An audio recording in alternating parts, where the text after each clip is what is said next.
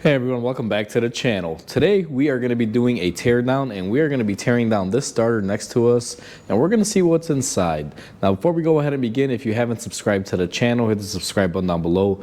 Definitely smash the like button because it helps the channel out. And with that said, let's go ahead and get started on today's video. We have our starter on the bench. This came out of a GMC van. It just had issues with it. It was constantly clicking and wouldn't start. What we want to do is getting a brand new one, and that's why we have this today, because there was no core on it, because it was a brand new part that we got to install on the vehicle. So where we're going to want to begin with this starter, where I want to begin, is remove the solenoid portion. Starters are made of two components. You have your solenoid, and then you have your starter motor. So basically this is like the switch. It'll, hold all the power, electrical currents, and then when this flows power through, it'll have this actuate itself. And typically there's one wire, which is this wire right here, that'll connect the two together. So where I'm going to begin is remove this wire here, so we can separate our solenoid away from our body, and that'll just stay right there. And then if we flip this around, we can remove our solenoid by removing these Phillips screws. And hopefully this comes off easy here, because I have not torn apart the starter in quite a while. And if memory serves me right, you just go ahead and remove that. So now that I got my solenoid out, I had to kind of reset because this came off in two pieces. Your solenoid is basically a switch and an electromagnet in one. It does quite a few functions. Now the way this works is you have your electromagnet portion and the part of it that's a switch. And you have the spring here with this little center shaft that will ride in here. Now typically what will happen here is that this is what actuates your gear to engage your flywheel on your vehicle. So if I put my finger in here and I pull out, you can see how I can retract that.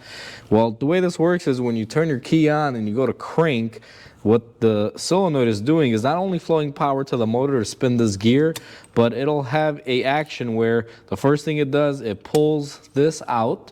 When this is out, then it has a delay that'll send to the motor to start moving this gear to turn your flywheel.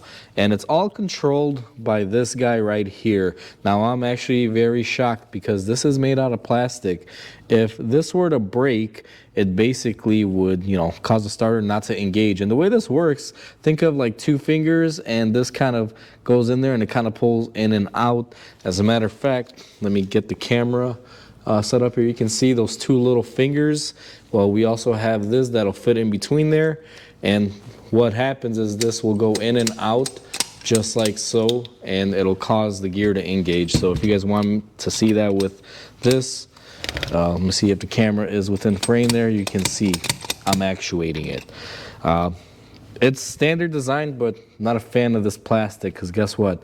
If they made this by a non-conductive metal that can do the same job, these would be a lot stronger. Now, as far as the solenoid goes, I can't really tear into it any more than this unless I take a blade to it. But basically, you just have a switch here. When you turn the key, you're supplying 12 volts to this side right here, and inside it'll have that internal mechanism which will do the switching. However, we cannot tear into this any further because there's not a whole lot there. So that's pretty much a solenoid portion of it. And now that we have that out of the way, we are left with our starter motor. And we're going to get this off by removing these little bolts and screws here. Now these should be fairly long bolts if I remember, because these float all the way down. So these should be pretty big. And I'm not sure if they're going to come out all the way, but yep, there we go. It was able to come out. These hold everything together kind of like a sandwich in a way. So they'll go from one end to the other. And as soon as I get this one out, you will see by the sheer length of this, it flows into the body and holds the center portion, everything together. So we're going to go ahead and take these out of the way and put them there. And we are also going to remove these Phillips.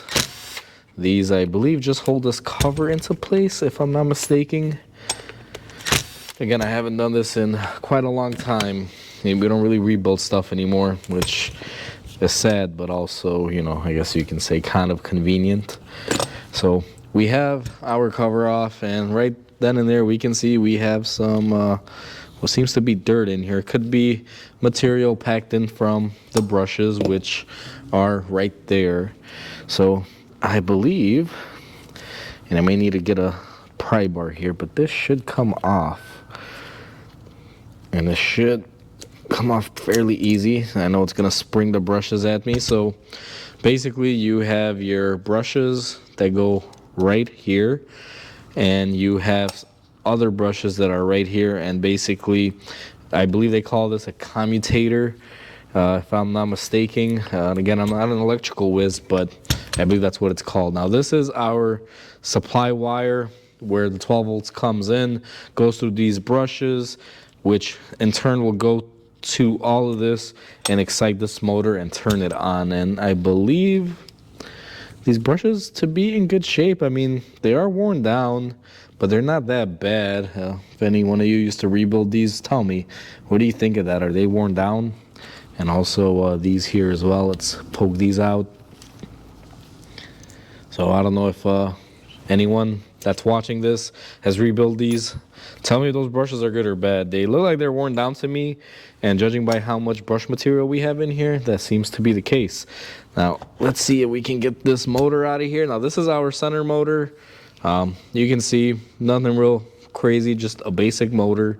These have all the copper windings in there, and this is what actually spins.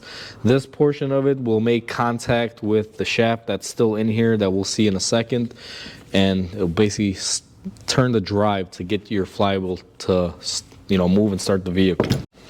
So I got my tool, which is a hammer, and if I remember correctly, if I tap it right here, we should have this case come apart. And yep, there we go. So this is the other half of it, and this is all solid one piece. Just think of this like the motor. So basically, and I got to be careful here because this does have magnets. You can lose your finger, but basically, if this was balanced in here with everything, you can see how that would work. So we're gonna remove that to the side. Now here we have our ring gear, which basically spins our gear here. So basically our input motor, that shaft. Let me see if I can get it out of here and show everyone.